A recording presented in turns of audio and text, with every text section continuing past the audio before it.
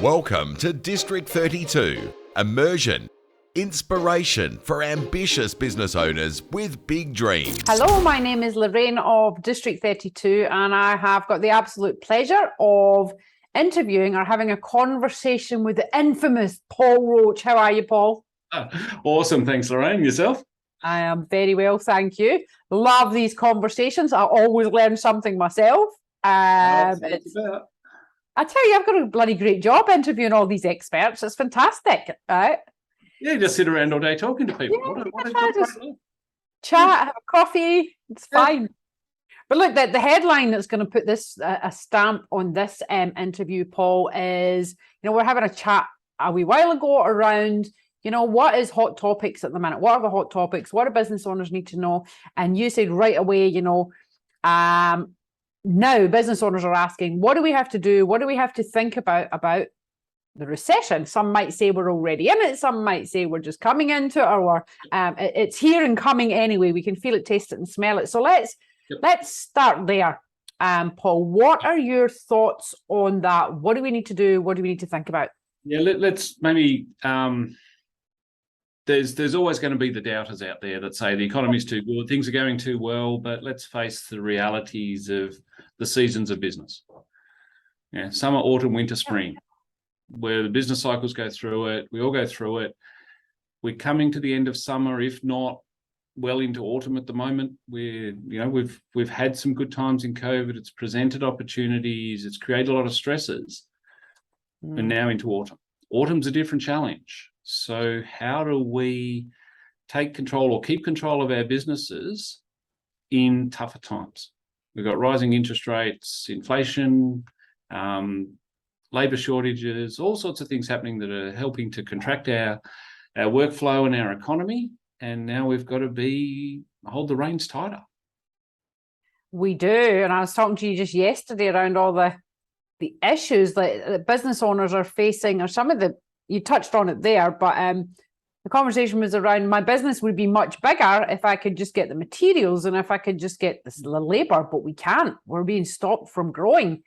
But we're still busting at the seams. And I guess that's just one angle around there. And I'm sure you don't have a magic wand for that, Paul, but no, nice to have. Not yet. Visa applications are at an all-time high as we speak. So, there's an influx of labour going to be coming into the economy. That's for sure. Which is fantastic, for business. Awesome. It's brilliant. Yeah. Okay, so where do we start then? What are we thinking about, Paul? Imagine, that's what's coming. We're coming into autumn. What do we need to be thinking about? Autumn, need to adjust our headspace. Okay. Autumn's the land of opportunity. Okay. Land of opportunity. Why? Because the majority of business owners won't be able to cope with the change. The panic, the stress, haven't got a plan, haven't got a focus, haven't got direction, in survival mode. And they'll listen to the news and all the bad news and all the crap that gets published, and they'll forget about the fact that, hey, I just need to run my business a little bit tighter.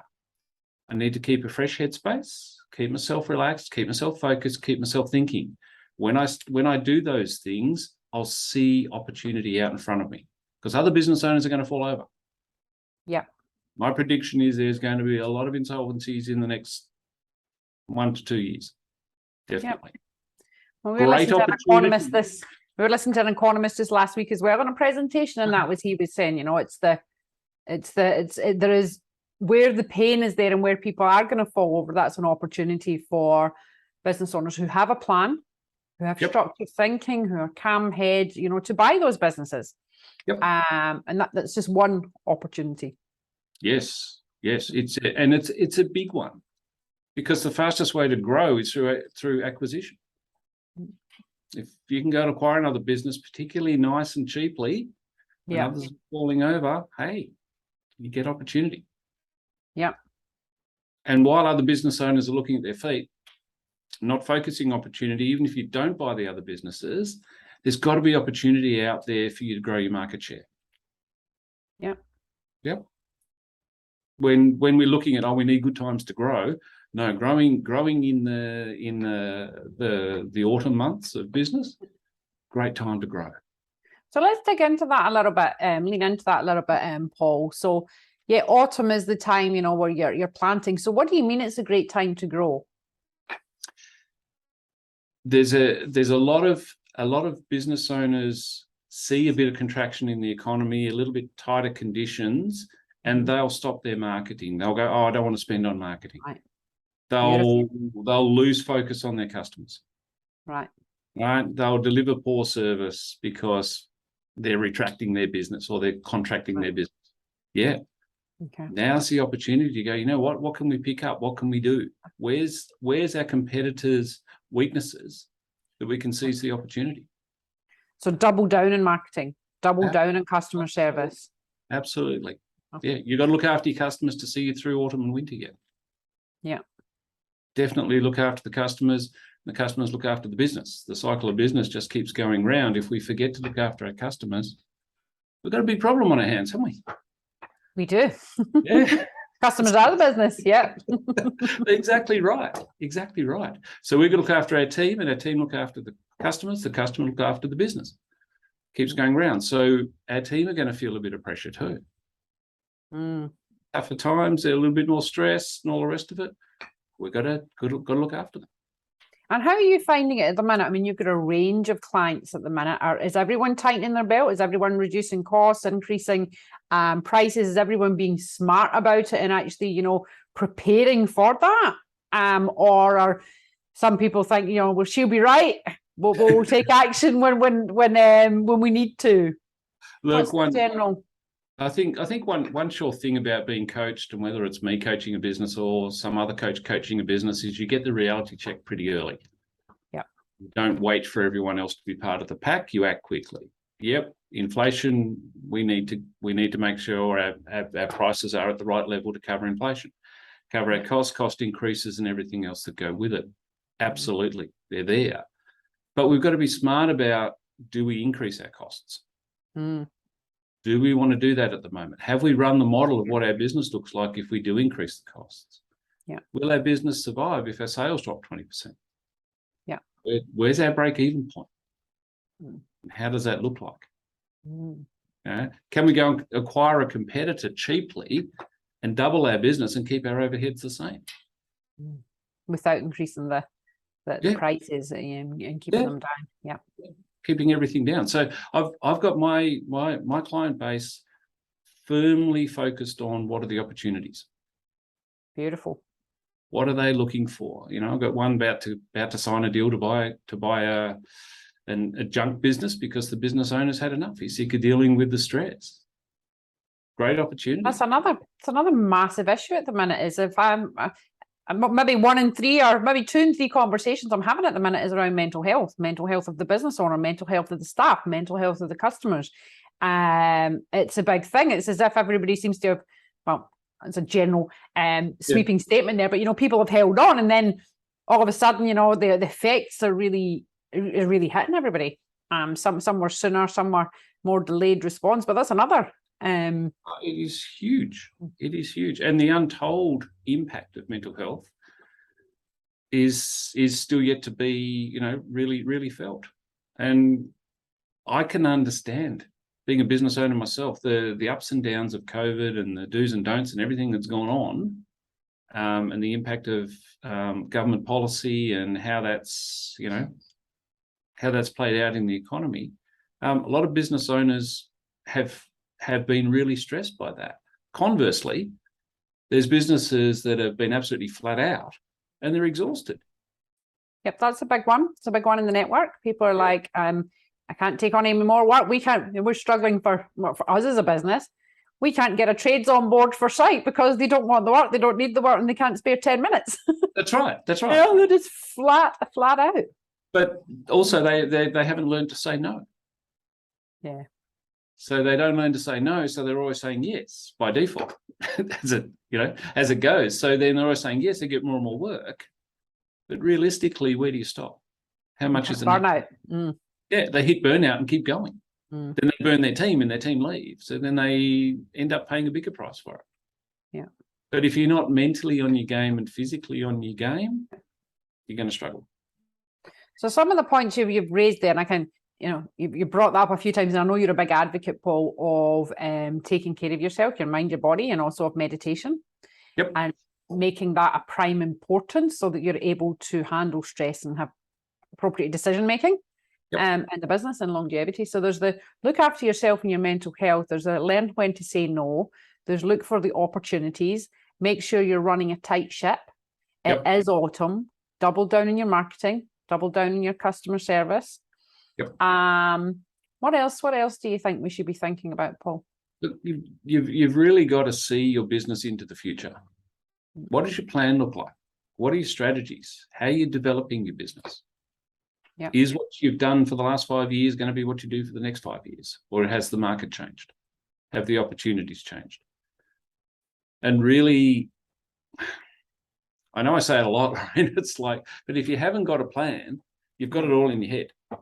If you've got it all in your head and you've got all the other challenges going on in your business, you're probably going to struggle. So get it down on paper. Yeah. Get it in a format where you can assess it and go, hey, if I do acquire another business or my business does drop 20%, how does our cash flow look like? Yep.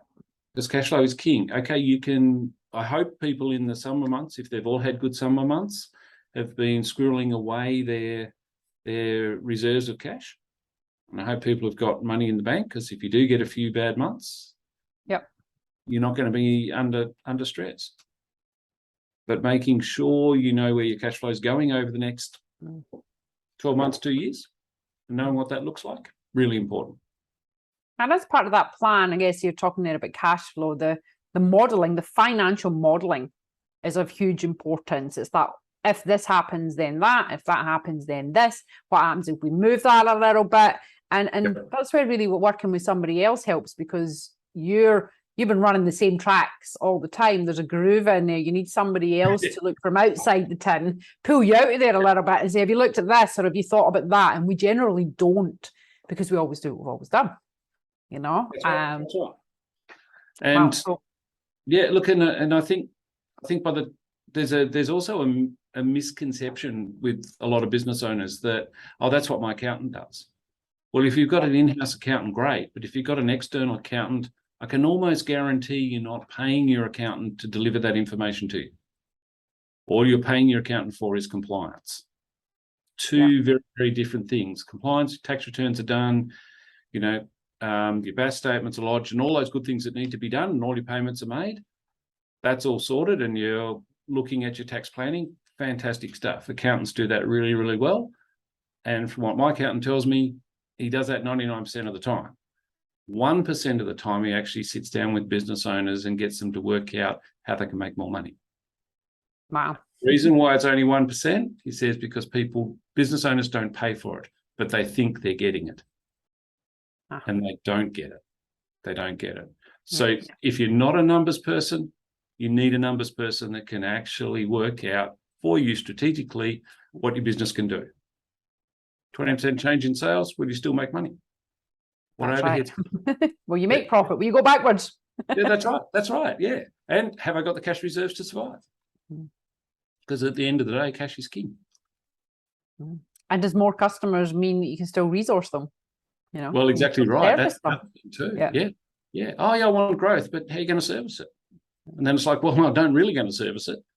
Then you put your effort into winning your customers, then you lose them again because someone else can service them.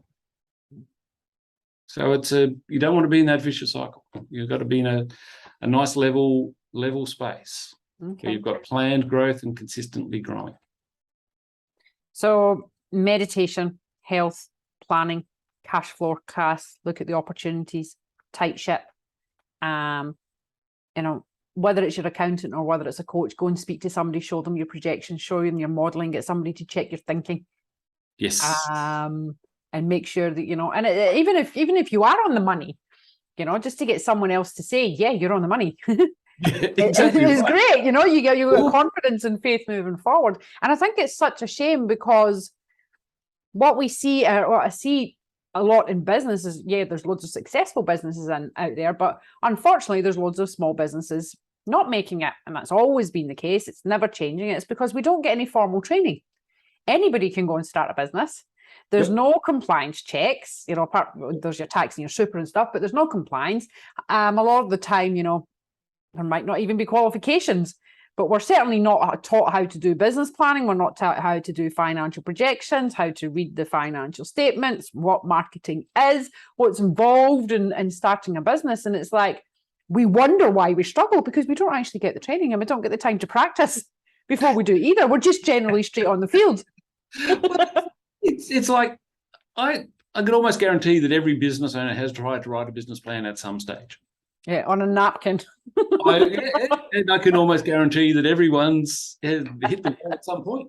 Yeah. Either the napkin's not big enough or they literally hit the wall. Yeah. You've actually got to learn how to do these things. Mm-hmm. You've actually got to learn how to plan. You've got to learn how to project your financial numbers. You've got to learn how to manage your costs, learn how to drill down on your business so you know where they're coming from. I don't know why we think we have an expectation we're going to know these things when we become a business owner. Yeah. We put an expectation on ourselves that we're going to know it, but in reality, we've never learned it. I put an expectation. Yeah. We can't be 65 specialists, areas and 65 specializations. We can only to do what we're good at. I guess the advice in the back of there is, at this time, before the autumn, is go and spend some money on it, even if on a one-off session with somebody, just to check your thinking, your projections, and your modelling, and explore the opportunities. It'll be money well spent. Absolutely. Yeah. And it's about getting in before you're heading into a zone where you don't want to be. Yeah. Because turning the ship sometimes takes time. That's right. Wait till you're in the middle of the storm and then go, crap, I wish I'd done something, 6 months ago. The bigger the ship, the longer it takes to time. Or sometimes the lack of focus in the business owner's headspace, the longer it takes to get their thinking around they need to turn the ship. Yeah. Unfortunately. And sometimes as well, we were talking to somebody a wee while ago and they were helping, we've got people who help us in our business, and they might just chip away at your thinking. There's a hint is dropped. Have you thought about this? And then a couple of weeks later, it's maybe a bigger hint. And then it takes a wee while for it to sink in, and then it's like big hint. It's like, well, okay, I'm listening now. I'm listening. But we need that, and sometimes we don't listen the first time, and sometimes it goes over our head. And we're human. It's okay to say we need help. We're not experts in everything. Tell me what we're missing. Exactly right. And generally speaking, expert help like this is really cheap. That's right. If you measure it in terms of the potential consequences, if you don't get it. Right. Yeah. And also in terms of the size of an opportunity that you might have missed. Exactly right. Yeah. Huge. And there is already out there lots of businesses that are well priced, can be priced, ready for purchase. Wow. More coming. There's a stream coming through. Yeah. Plenty of them. Paul, you've got a 2-day business planning workshop coming up. Is that right? It's 2-day. When is that? The last Monday and Tuesday in August. So the last Monday and Tuesday in August. And what do you actually go through for business owners? That sounds like a long time to do a business plan. What are the components that you're going to take people through, and at what stage of business should people be at to sort of look at that? Give me a little bit of information on that, please, just to paint a better picture for us. Sure. So the aim of the workshop is not actually the plan. The aim of the workshop is to take you through the process and educate you in the process of planning. Right. Perfect. Totally different outcome. As a consequence of you learning how to write a plan and gain the knowledge around what you need, you can then develop your plan. So you do walk out the door after 2 days with your plan done. The beauty of it is that you are isolated away from your business. You're in a room with a number of other business owners, ranging from startups to 20 million, let's say in that bracket, 1 or 2 people from each business, and you're coached on what you need to learn, what you need to think about, and get you thinking about your business. All Beautiful. the things from your current strategies, how you're going to grow. Oh yeah, I want growth, but people go, yeah, I want more and more revenue, but revenue is not necessarily the driver of a business. Yep. There's a right size for a business. Sometimes if you grow a bit big, then you've got to add more resources in to service it. As we're talking about, you add all the salaries in, all of a sudden you're making less money. What's the point? Yep. So it's how do you grow financially? How do you grow with your team? How do you grow with your product range? Who's your target markets? What are your strategies? What's your SWOT analysis? So strengths, weaknesses, opportunities, threats. Yep. And then we take it all the way down after your marketing plan to go, what are the strategies that you're going to commit to do in the next 3 months, 6 months, 9 months, and 12 months? Then for the next 4 years. Obviously, they're a little bit less focused 4 years out than what they are in the next quarter. Yep. But then we print off your strategies and go, well, you've got 5 team members. This is their commitments. This is your commitment. That's what we coach you to. Yeah. Your plan, your direction. It's really solidly laid out. Okay. Yeah, And you also said to me as well, it's really in depth. It's really thorough. Yes. And Yeah. sometimes if it's the first time that you might be looked at the concept of planning, it can be a lot to take in. So you actually offer people to do that again, don't Yes. they? Or two seats or one person doing it twice, which is just fantastic. Really, really fantastic. It allows people to refine, and it's So the last Monday and Tuesday in August. Yes. And are you okay if I just put your contact details down in the bottom of this video? Yeah, absolutely. Paul, I can put your business name and details there, and people can reach out, maybe even for a chat. Absolutely. Or if they want to do your workshop, or they want to pick your brains over a coffee. Yeah, that's the way we work. Happy to chat at any time. Yeah. Yeah. Well, Paul, thank you very much. This has been insightful. It's been enjoyable, as usual. Yes. Love having these conversations. And just food for thought. Business owners, sit up, listen, keep your eyes open, look around, and don't miss. Don't miss wherever you're going.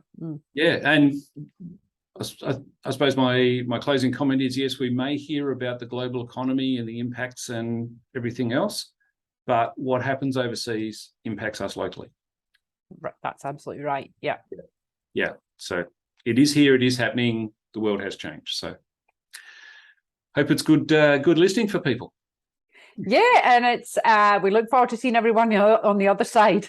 Yes. We'll do a recap on this. We'll do take 1, right? We'll do take 2 and take 3, Paul. Yeah, Look, thank you very much for your time today. I'll pop this up on YouTube. We'll put your details there, and I hope business owners listening have taken away one thing, one idea, one concept that you can think about to improve your business. If we've done that, we've done our job on the interview. Thank you very much, Paul Roach. My pleasure. Thank you. Okay, see you later, Paul. Bye. You've been listening to District 32, immersion, inspiration for ambitious business owners with big dreams.